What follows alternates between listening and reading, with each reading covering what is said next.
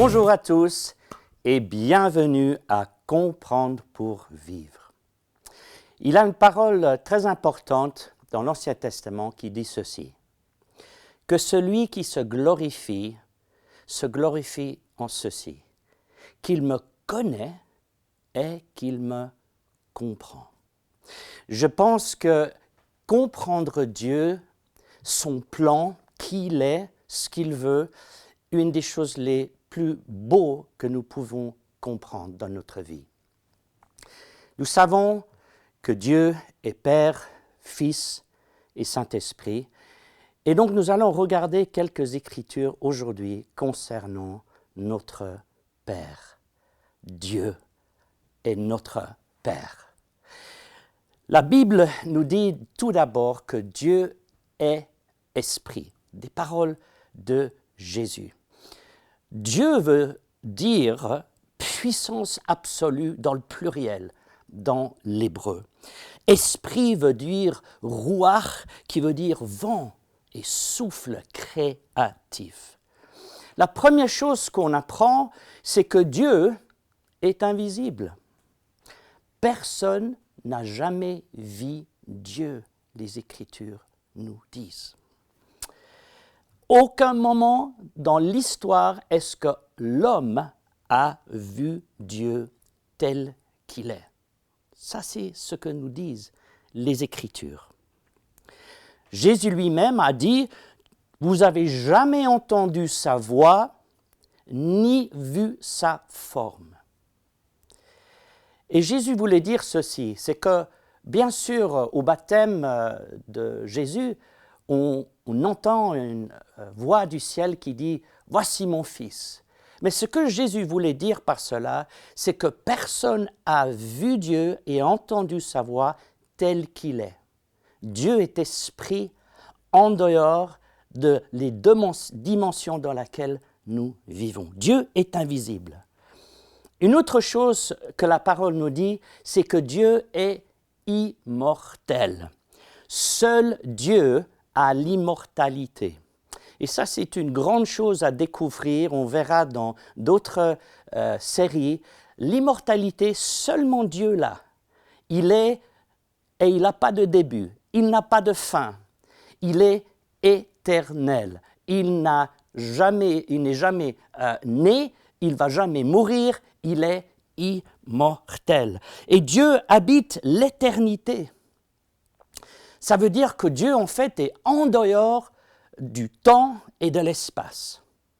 Et que, par ce fait, Dieu voit toutes choses en tout temps, en même temps. Qu'est-ce que je veux dire par cela?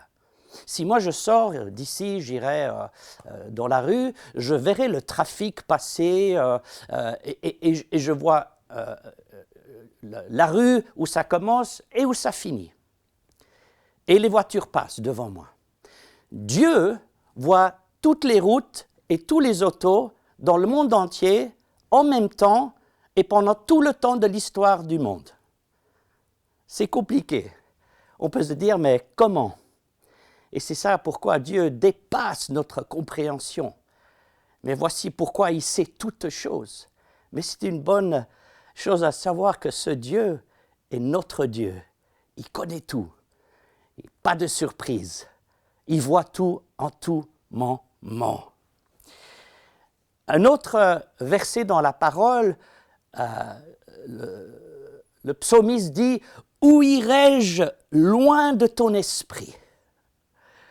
Et on voit beaucoup de caractères dans la parole de Dieu qui essayent de fuir la présence de Dieu. Sachez que où vous y allez, Dieu est là. Il est omniprésent, partout, en même temps. De nouveau, quel réconfort de savoir qu'il n'a aucun endroit dans ce monde où Dieu n'est pas avec nous. La parole nous dit aussi que Dieu est omniscient. Il sait tout. On a des grands ordinateurs de nos jours et nous sommes époustouflés avec l'intelligence artificielle. Mais il y a deux exemples que Jésus a donnés qui nous montrent à quel point Dieu connaît tout. Savez-vous que Dieu, en moyenne, chaque seconde, voit les 36 moineaux qui meurent chaque seconde? J'ai fait les calculs. Il y a à peu près 3 milliards de moineaux dans ce monde. Ils vivent plus ou moins 3 ans. Et si on fait combien meurent par seconde, il en a 36. Et Dieu, la parole nous dit, il n'a aucun moineau qui tombe à terre sans que notre Père le sache. N'est-il pas merveilleux que ce Dieu connaît tout? Il a également dit, tous les cheveux sur votre tête sont comptés. Et j'ai également regardé la moyenne de chute de cheveux sur une personne, entre 50 et 100, j'ai fait la moyenne de 75, et après j'ai pris le monde de 8 milliards de personnes, chaque seconde il a 19 000 cheveux qui tombent des têtes des hommes, et Dieu est au courant de chacun de ces cheveux. C'est merveilleux de savoir, Dieu connaît tout. Alléluia. Une chose à laquelle nous pensons souvent, c'est que Dieu est omnipotent. Le pouvoir, appartient à Dieu. Rien n'est impossible à lui. Il détient toutes choses par la puissance de sa parole. Avec Dieu, on sait qu'il peut tout à tout moment, où il veut, quand il veut, avec qui il veut. C'est tellement merveilleux de savoir que nous sommes dans ses mains. Et à moins que nous restions dans ses mains, parce qu'on peut sauter, à moins qu'on reste dans ses mains, sa puissance va nous garder jusqu'à la fin de nos jours. Un autre traître de notre Père, Jésus a dit que personne ne connaît le Père si ce n'est le Fils. Pourquoi? Parce que seul le Fils est sorti du Père. Seul le Fils de Dieu sait comment le Père il est. Lui, il a vu le Père, mais nulle autre personne ne le connaît. Jésus a aussi dit ceci, « Mon Père est plus grand que moi ». C'est-à-dire, Jésus-Christ a dit que le moment de son retour pour son épouse, pour son peuple, venait à une heure que lui, il ne connaissait pas.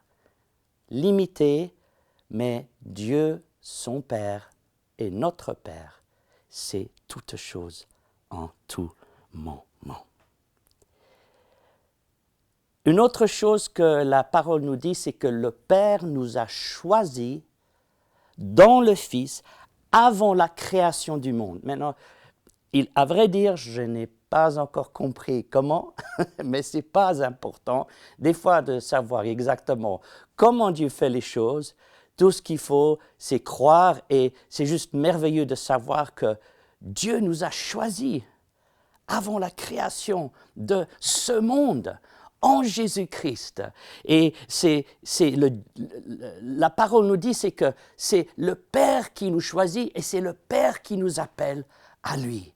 Et celui que le Père appelle, on nous a dit après, c'est le Fils qui reçoit. Jésus a dit, je ne rejetterai jamais quelqu'un qui vient à moi. Pourquoi? Parce que le Père nous a choisis. N'est-il pas merveilleux? Et je crois qu'il a une verset qui parle de comment cette relation entre le Père et le Fils fonctionne, et ça dévoile pour moi parfaitement la cohésion, l'unité qu'ils ont entre eux. Et je le cite, c'est en 1 Corinthiens 8, 6, et ça dit ceci. « Pour nous, nous avons un seul Dieu, le Père, duquel précède, qui vient, on peut dire, toute chose, et nous sommes pour lui. » Je répète, pour nous, nous avons un seul Dieu, le Père, duquel précède toute chose, et nous sommes pour lui. Et ensuite il dit, un seul Seigneur Jésus-Christ. par laquelle toute chose, et nous sommes par lui. Ça, c'est la merveilleuse chose. Donc, du Père vient tout par le Fils. Notre Père est un Père merveilleux, au point où les Écritures nous disons Abba Père. Et ça veut dire Papa. Par notre Seigneur Jésus-Christ, qui a payé le prix pour une réconciliation avec Dieu, nous avons un Papa qui est tout-puissant, qui connaît tout, qui est partout. C'est merveilleux de le savoir. Quand on connaît Dieu, ça va mieux. Que Dieu vous bénisse.